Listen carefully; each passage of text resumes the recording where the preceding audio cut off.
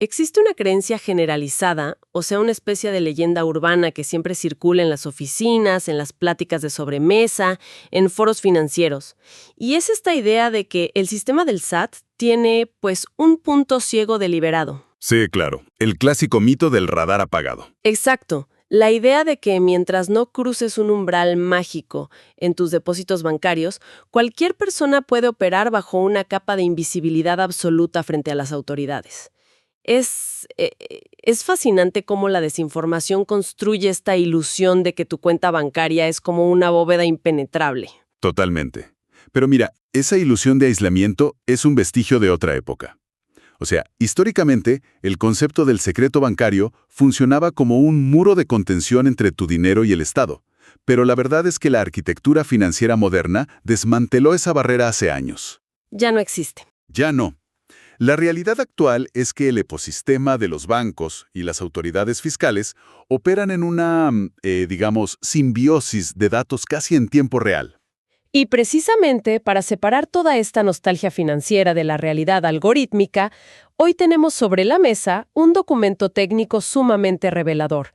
Se trata de una síntesis detallada de los criterios actuales del SAT respecto a cómo vigilan los movimientos bancarios. Un documento muy necesario, la verdad. Así es, porque nuestra misión en este análisis profundo es desmenuzar las reglas del juego de hoy para que quienes nos escuchan dejen de vivir con miedo a sus propias cuentas bancarias y disipemos toda esta paranoia. Me parece perfecto. Muy bien, vamos a desempacar todo esto, porque el punto de partida obligado es abordar el mito más grande de todos, ese que sostiene esta falsa sensación de invisibilidad, o sea, el famosísimo límite de los 15,000 pesos. Uy, sí. El malentendido con ese umbral es, yo creo que el error de concepto más extendido en la cultura financiera de todos los días. Todo mundo habla de eso. Todo mundo. Se ha popularizado muchísimo la idea de que cualquier monto inferior a 15,000 pesos mensuales goza de una especie de inmunidad fiscal. Como si fuera libre de impuestos solo por ser poquito. Exacto, como si la cantidad en sí misma determinara si pagas impuestos o no. Y el documento es tajante en esto. O sea, no existe una extensión de impuestos basada en el volumen de una transacción. Todo ingreso que sume a tu patrimonio es objeto de escrutinio. A menos que la ley diga explícitamente lo contrario, ¿no? Así es. Si modificas tu patrimonio positivamente, el SAT lo quiere saber. Y creo que ahí está el núcleo de la confusión. La gente confunde un protocolo de reporte del banco con una amnistía fiscal. Es como, a ver, imaginemos los filtros de seguridad de un aeropuerto, ¿ok? Ok, a ver. El límite de 15,000 pesos no es una regla que dice qué equipaje paga impuestos y cuál no.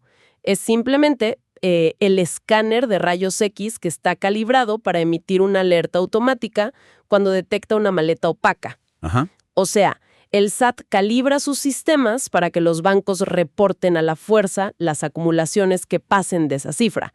Pero la clave no está solo en el número, sino en el material de esa maleta, que en este caso es el efectivo. Y lo fascinante aquí es que tu analogía de la maleta opaca describe a la perfección la naturaleza del dinero físico. O sea, el efectivo es inherentemente anónimo, no tiene trazabilidad histórica. Claro, no trae nombre ni apellido. Exacto. Cuando alguien llega y le deposita un fajo de billetes en la ventanilla, la cadena de custodia de ese dinero se rompe por completo. Nadie sabe de dónde salió. Nadie. La autoridad no tiene manera de auditar si esos billetes vienen de una venta legítima que ya pagó impuestos o si vienen de la economía informal o, pues, de actividades ilícitas. Por eso el umbral de los 15,000 pesos se estableció como una red de contención. Es solo para levantar la mano, digamos. Tal cual. Es el mecanismo con el que el Estado obliga a los bancos a levantar una bandera roja y decir, oye, aquí hay una inyección de dinero que no podemos rastrear. Y la diferencia es abismal cuando comparamos esa opacidad del efectivo con la transparencia del SPEI o de cualquier transferencia electrónica. Porque las fuentes aclaran que los movimientos digitales simplemente no entran en este reporte mensual de depósitos en efectivo. No, para nada. Sin importar si el monto es de 5,000 o de 50,000 pesos, ¿cierto? Cierto. Y la razón por la que el SPEI no entra en este reporte específico es por una lógica de redundancia de datos. una transferencia electrónica ya es un paquete de información riquísimo. Viene con todo. Viene con todo. Trae el RFC de quien lo manda, el de quien lo recibe, la hora exacta, los bancos involucrados, el concepto del pago, todo. O sea, ya no necesitan que el banco les avise a fin de mes. Exactamente, porque desde el instante en que el dinero viaja por el sistema del SPEI, el movimiento ya quedó registrado en los servidores centrales del SAT. El rastreo del origen y el destino ya está resuelto desde el diseño del sistema. Ok, entonces, si el efectivo es lo que detona las alarmas y el ecosistema digital ofrece esta trazabilidad tan clara, la pregunta natural que sigue es, bueno, ¿qué pasa cuando el dinero circula dentro de la familia? Ese es un tema vital. Sí, porque la economía de muchísimas familias se sostiene a través de redes de apoyo constante, mandando transferencias por aquí y por allá. Y aquí el documento detalla excepciones muy puntuales sobre qué transferencias no generan impuestos, específicamente el ISR. Sí, en este ámbito, la ley reconoce la interdependencia económica que hay en las estructuras familiares directas.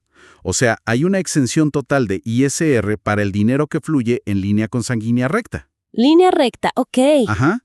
Esto ampara transferencias de padres a hijos, de hijos a padres, de abuelos a nietos, y también incluye la línea de afinidad, que son los esposos. Claro, entre cónyuges no hay problema. Así es, porque el legislador asume que estos movimientos no son un nuevo negocio, sino que es una redistribución del ingreso familiar que, en teoría, ya pagó impuestos cuando se generó. Pero a ver, hay un condicionante crítico aquí que el documento subraya y que creo que a muchísima gente se le pasa por alto.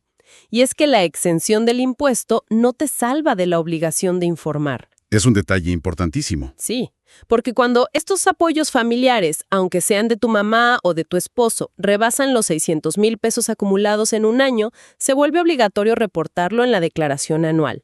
O sea, informar no es sinónimo de pagar. Exacto. Y qué bueno que lo mencionas porque es un mecanismo de blindaje preventivo. El Estado dice, ok, no te voy a cobrar impuestos por ese dinero para proteger tu patrimonio. Pero a cambio, necesito que me des el mapa documental de dónde salió. Necesitan el papelito. Necesitan el registro. Al reportar formalmente que esos 600,000 pesos son una donación de tu papá, por ejemplo, estableces un precedente legal. Te curas en salud. Te curas en salud. Previenes que en una auditoría futura, el algoritmo del SAT vea ese dinero y diga, esto es un ingreso comercial que me están ocultando, y te lance un requerimiento. Claro, pero analizando el documento a fondo, me topé con un contraste que me pareció súper llamativo. Y es que, fuera de esa línea recta, las reglas cambian, pero drásticamente. Sí, se vuelven muy estrictas. Porque las transferencias en la línea colateral, y aquí hablamos de hermanos, de tíos, de primos, tienen márgenes de exención súper chiquitos, limitados a unas cuantas sumas. Así es un margen muy reducido. Y a simple vista, esto choca muchísimo con la realidad humana. O sea, si le transfieres dinero a tu hermano para una urgencia médica grave, ¿por qué la ley lo castiga más que si se lo mandas a tu papá? ¿Acaso la fraternidad no cuenta para el fisco? Entiendo perfectamente la sorpresa. O sea, el escepticismo ante esa regla es súper natural si lo ves desde la empatía familiar. Pero hay que entender que la política fiscal se diseña para mitigar riesgos sistémicos. Riesgos de evasión. Exactamente. La diferencia de trato entre la línea recta y la línea colateral tiene raíces muy profundas en la historia del lavado de dinero. Durante años, los primos, cuñados, sobrinos fueron los canales favoritos para hacer esquemas de pitufeo. ¡Wow! ¿La pulverización del dinero ilícito a través de todo el árbol genealógico? En efecto, imagínate que la ley permitiera exenciones ilimitadas entre hermanos y primos, solo con ponerle apoyo familiar al concepto. Sería un hueco enorme. Daría una autopista libre para que alguien con millones sin declarar los empiece a repartir entre 50 primos y los legalice de golpe. Entonces, al limitar fuertemente las donaciones colaterales, el fisco levanta diques. No están castigando que ayudes a tu hermano, están complicando que se simulen operaciones financieras a gran escala. Y aquí es donde se pone realmente interesante. Porque imagínate toda esta cartografía del dinero. O sea, saber distinguir si un SPEI va a la cuenta de tu hijo o a la de tu primo lejano. O si la tarjeta se pagó con efectivo o con transferencia. Es muchísima información. Es un volumen astronómico. Procesar la vida financiera diaria de millones de personas excede, por mucho, la capacidad humana. Y la fuente nos explica que el SAT ya delegó toda esta vigilancia a sistemas de inteligencia artificial y Big Data. Sí, el salto tecnológico que ha dado el SAT en la última década es brutal. Ya no operan bajo el modelo reactivo de antes, donde mandaban a un pobre auditor a revisar cajas y cajas de facturas de papel. ¡Qué pesadilla! Hoy operan con un modelo 100% predictivo y automatizado. La inteligencia artificial del SAT se dedica a cruzar trillones de registros, metadatos de los bancos y, por supuesto, los CFDI o facturas electrónicas en segundos. ¿Buscando algo en específico? ¿No? Así es. Buscan una anomalía matemática muy concreta, que legalmente se llama discrepancia fiscal. A ver, para que quienes nos escuchan puedan visualizar esto de la discrepancia fiscal sin enredarnos en términos contables aburridos. Imagínate a una persona que jura y perjura que está en una dieta súper estricta. Ok. Todo el mundo asume que come pura lechuga. Pero si vas y revisas su bote de basura a final de la semana, lo encuentras repleto de cajas de pizza vacías, envases de hamburguesas, refrescos. Ya te entendí. O sea, el auditor no necesita poner cámaras en tu cocina para verte comer. Solo revisa tu basura financiera para saber con toda certeza que tu dieta es una farsa. Si tus gastos son más altos que tus ingresos declarados, el sistema detecta la discrepancia. Es un gran ejemplo. Y si conectamos esto con el panorama general, la metáfora de las cajas de pizza nos ayuda a entender que los algoritmos no te están juzgando moralmente, solo buscan asimetrías en las matemáticas. Simplemente ven que los números no cuadran. Exacto. Y el documento nos da 3 ejemplos que son como banderas rojas gigantes para estos sistemas automáticos. El primero, estar recibiendo efectivo a cada rato en cuentas de personas que ni siquiera están registradas con una actividad económica. Claro, el clásico de no estar dado de alta, pero recibir depósitos constantes. Ese mero. El segundo, y este es súper letal por lo común que es, pagar las tarjetas de crédito llevando el dinero en efectivo a la ventanilla del banco. Uy, el famoso tarjetazo pagado con billetes. Sí, y el tercero son las transferencias constantes con conceptos raros o ambiguos en la aplicación. A ver, quiero detenerme en el tema de las tarjetas de crédito, porque siento que ahí es donde miles de personas resbalan sin darse cuenta.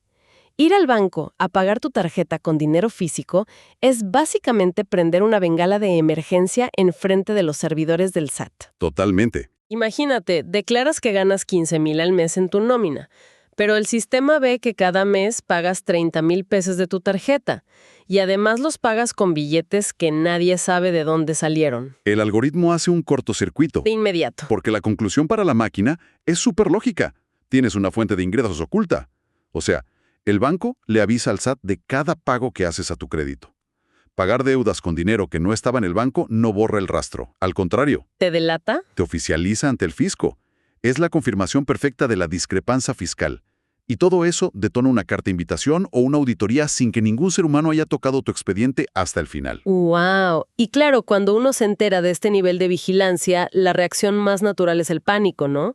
Como que te dan ganas de sacar todo tu dinero y guardarlo debajo del colchón. Sí, la ansiedad paraliza a muchos. Pero lo bueno es que las fuentes que estamos analizando pasan de este diagnóstico tan rudo a darnos soluciones muy prácticas. Nos dicen que la defensa no es esconder el dinero, sino tener una buena higiene financiera.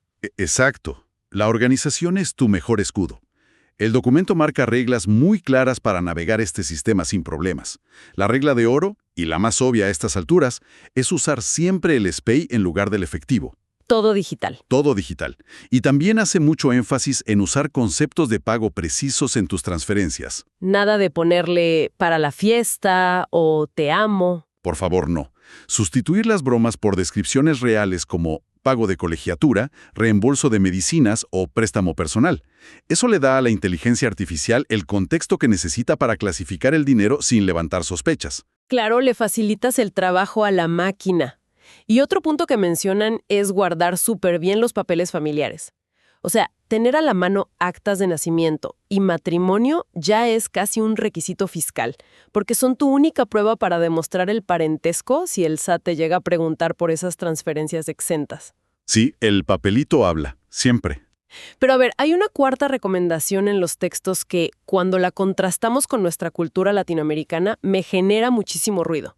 Y es la prohibición absoluta de prestar tus cuentas bancarias o tus tarjetas de crédito a otras personas. Ay, sí.